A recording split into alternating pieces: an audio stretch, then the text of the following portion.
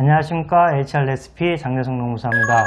오늘은 미국 실리콘밸리에서 벤처 캐피털 파트너로 일하고 계시는 조성준 파트너님 모시고 유명한 미국 기업들의 직장 문화는 우리나라와 어떻게 다른지 그걸 좀 알아보도록 하겠습니다. 네, 안녕하십니까. 안녕하세요.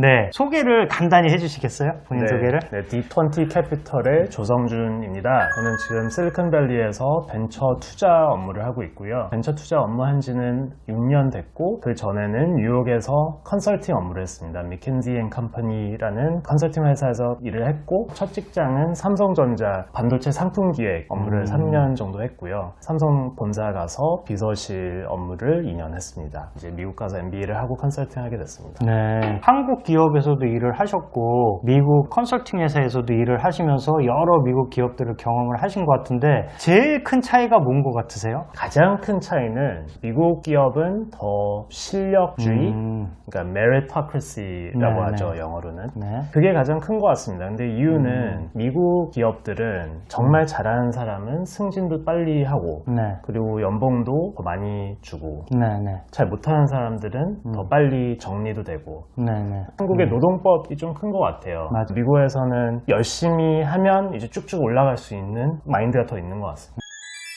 미국은 성과주의가 굉장히 발달해 있다고 말씀을 하셨는데 우리나라는 사실은 성과주의가 많이 도입이 됐지만 그렇다 해도 예를 들어 임금 인상률이 한 더블 정도 되는 경우 임금 인상률 한 10% 정도 차이 그 정도인데 미국은 어떤가요? 이 차이가 상당히 큽니다. 네. 그래서 맥켄지 같은 경우에도 매해 그 차이가 한 30% 정도 차이 날 수 있고요. 네. 근데 그게 이제 누적되면 차이가 네, 엄청 많이 나는 거죠. 음. 그리고 이제 up or out 하는 개념이 있어요. 그러니까 네. 승진을 못하면 회사를 나가야 되는. 보통 승진 연한이라 그러죠. 그런 게 있나요? 몇 년 안에 승진을 못하면 나가야 된다 그렇죠. 이런 게 있나요? 네. 그게 그래서 보통 한 몇 년 정도 돼요? 한 3년 정도 돼요. 3년이요? 롤 레벨이 몇 개나 돼요? 대학 졸업하자마자 애널리스트고 그 다음 단계가 어소시에이트, 그 다음에 매니저, 그 부파트너, 파트너 5개. 근데 3년 안에 못하면 아웃. 되게 파격적인데요. 우리나라에서는 승진을 못했다고 해고를 하지도 않고 해고를 할 수 없다라고 알고 있는데 본인들이 다 그렇게 알고 있는 건가요? 그렇죠. 그거를 알고 그 회사를 조인하게 되는 거죠. 알겠습니다. 그리고 우리나라는 아무리 이제 성과주의가 도입이 돼도 연공주의를 무시할 수가 없어서 나이가 많고 경력이 오래되면은 대우를 해주는 문화가 있거든요. 그래서 팀장님이었다가 이제 면보직이 돼서 그 후배가 팀장이 되고 그 밑에 와서 일을 하게 되면은 서로 불편해가지고 교직이 잘 안 돌아가는 경우가 많거든요. 미국은 어떤가요? 미국은 뭐 연차나 네. 나이 같은 것은 잘 신경을 안 쓰는 것 같아요.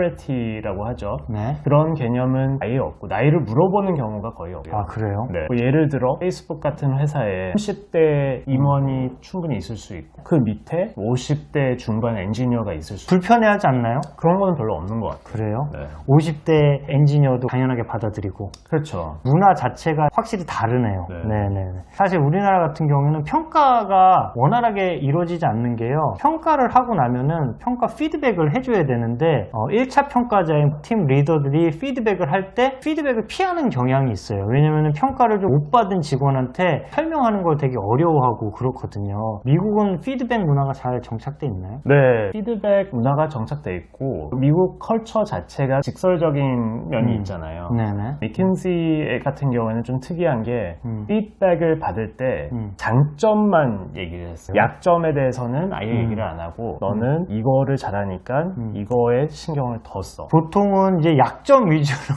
얘기를 하죠. 너 이걸 왜 이렇게 못했니? 이걸 왜 제때 못하고 피드백이 이런 식으로 해서 그거를 막 고쳐 나가야지 개선이 된다고 생각하는데 그러면은 잘못한 점을 개선 안 해도 되는 건가요? 자체적으로 이제 뭐 파트너까지 가려면 다 알고 개선을 해야겠지만 평가 점수 같은 건 다 있죠. 네, 네. 그래서 예를 들어 제가 자료 만드는 게 좀 약하다.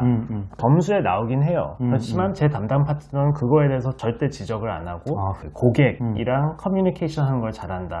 그러면 너는 그걸 잘하니까 그걸 더 해. 약간 그런 마인드였어요. 그러면은 평가가 끝나고 나면 나의 그런 스트렝스 쪽으로 업무가 재분장되는 경우도 있나요? 그렇죠. 쉽게 바뀌지 않는 역량들에 대해서 내가 잘하는 역량 위주로 업무를 대비치하는 그런 거네요. 네, 그거는 그런 굉장히... 컬처가 좀 많은 것 같아요. 아, 그래요? 영어로는 이제 스파이크라고 하는데요. 네. 뭐 여러 가지 잘하는데 뭐 하나 엄청 잘한다. 그럼 그거를 푸시를 해서 이쪽 일을 그럼 많이 해. 그런 거를 밸류하는 회사들이 많은 것 같아요.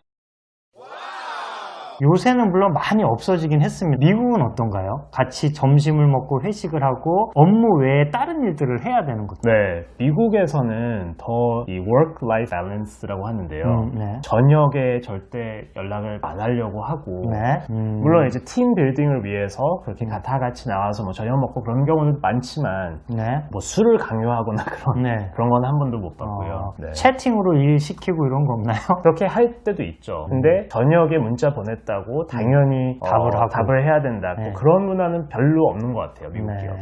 이것도 이제 사실은 많이 바뀌긴 했는데요. 군대식 문화, 뭐 상명하복 이런 문화 말하죠. 아무래도 부장님이 얘기하면 들어야 되고, 그리고 내가 문서를 만들 때도 부장님 생각 또는 임원 생각이 이런 거 같으니 그거를 미리 반영해서 품위서를 작성하고 이런 경우가 많이 있는데 미국은 어떤가요? 제가 이제 삼성 다니다가 MBA하고 컨설팅으로 갔는데 네. 가장 파트너들한테 지적받은 게 네. 왜 파트너가 얘기하는데 내 의견을 제시를 안 하냐. 그래요? 저는 파트너가 가장 잘 알 거라고 생각했다. 그렇죠. 네. 그렇게 얘기하니까 파트너는 너가 고객을 만나면서 가장 잘 알아야지 자기는 의견을 제시한 거지. 그런 피드백을 받아요. 윗사람이 시킨 대로 잘하면 잘하는 거 아닌가요? 그게 아니더라고요. 예를 들어 시켰는데 그 일이 필요 없는 일이었다. 네. 왜 필요 없다고 얘기를 안 하냐.